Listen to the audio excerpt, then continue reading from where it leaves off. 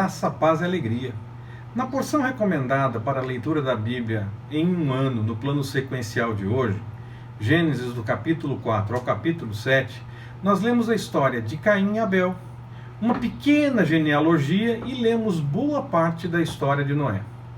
A respeito de Caim e Abel, vale a pena destacar que o Senhor atentou para a oferta de cada um, mas atentou também para aquele que estava apresentando a oferta. Muitas vezes se faz uma ideia que Caim apresentou algo errado, não apresentou o melhor que ele poderia apresentar, mas o texto não diz isso. O que o texto nos revela é que o problema maior foi o coração, e inclusive a ação seguinte, logo depois de toda da apresentação da oferta, nos revela que realmente o coração de Caim tinha algumas questões ainda complicadas que ele precisava de tratamento diante do Senhor. Então o Senhor olhou a oferta e olhou para Caim, o Senhor olhou a oferta e olhou para Abel, e então aceitou a oferta. O Senhor não se preocupou apenas com o que estava sendo apresentado, mas se preocupou com o que ia no coração de cada um. Na parte dessa primeira genealogia da Bíblia, vale a pena destacar a vida de Enoque. Ele é o único naquela lista, nessa primeira genealogia, que a Bíblia não fala a respeito da sua morte. Além dele, nós lemos também que Elias não teria morrido e que nós podemos então imaginar, já que o Apocalipse fala a respeito de duas testemunhas, que eles poderiam ser bons candidatos a serem essas duas testemunhas. Eu levo em conta isso, inclusive, o texto de Apocalipse, capítulo 11, versículo de 3 a 14, fala a respeito das duas testemunhas. Eu levo em conta isso porque o outro candidato provável, que algumas pessoas defendem que seja, no caso Moisés, ele morreu. Deuteronômio 34 revela a questão da sua morte. E Hebreus 9, 27 diz que ao homem é dado morrer uma vez e depois disso vem o juízo. Então, eu entendo que Enoque é sim um candidato a ser uma dessas duas testemunhas. A questão dos sinais que são apresentados, que faz as pessoas pensarem em Moisés, quem na verdade faz os sinais é o Senhor quem faz, não é exatamente a pessoa, nós somos vasos usados por Deus para que Deus possa agir. É Ele quem de fato faz. É Ele quem realiza o ato milagroso. Então, não é necessário que seja uma pessoa específica, porque quando o Senhor quer usar, Ele vai usar aquele a quem se apresentar e deixar Ele agir, para agir da forma como Ele quiser. Por fim, quero falar a respeito de Noé. Ele foi encontrado como uma pessoa diferente em sua geração. As pessoas faziam o que era normal nos seus dias e ele não se rendeu a isso. Por conta dessa realidade de não se render ao normal que as pessoas entendiam, ele foi achado pelo Senhor como alguém diferente. E a nós fica o convite. Por mais que pareça normal, que pareça dar bastante ibope, parece que as pessoas aceitam bastante, ou até mesmo parece que é realmente o desejo do Senhor, e as pessoas ainda tentam dizer que de fato divulguem assim, acreditem mesmo. Nós não devemos ir por esse caminho se nós não entendermos como algo da parte do Senhor. Nós não podemos nos desviar dessa nossa busca pela vontade do Senhor, nem mesmo por aquilo que parece não ter problema, e algo até que pareça imitar como se fosse a vontade do Senhor.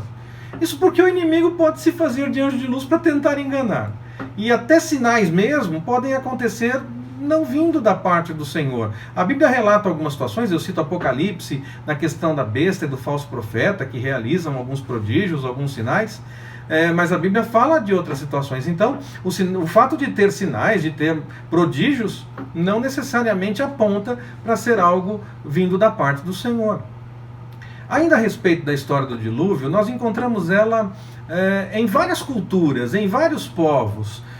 Acreditam os estudiosos que havia um relato original e que os povos tiveram contato uns com os outros, e essa história era tão interessante que todos quiseram ter uma história para chamar de sua, e cada um escreveu o seu relato com algumas diferenças e todos dizem alguma coisa. Bom, aqui no Brasil, na história do Brasil, se nós lermos livros de história do Brasil, livros do século XVI, século XVII, século XVIII, nós encontramos histórias que mostram que os índios também tinham um relato, pensando exatamente numa questão de um grande alagamento, uma inundação, onde só 2 índios, um casal, foi salvo numa jangada de forma milagrosa. Alguém pode dizer, claro, que essa história chegou até o Brasil, mesmo tendo os nossos índios parecendo mais afastados de outros povos, mas chegou aqui por conta da questão da migração, a história veio junto com as pessoas que fizeram tantas andanças.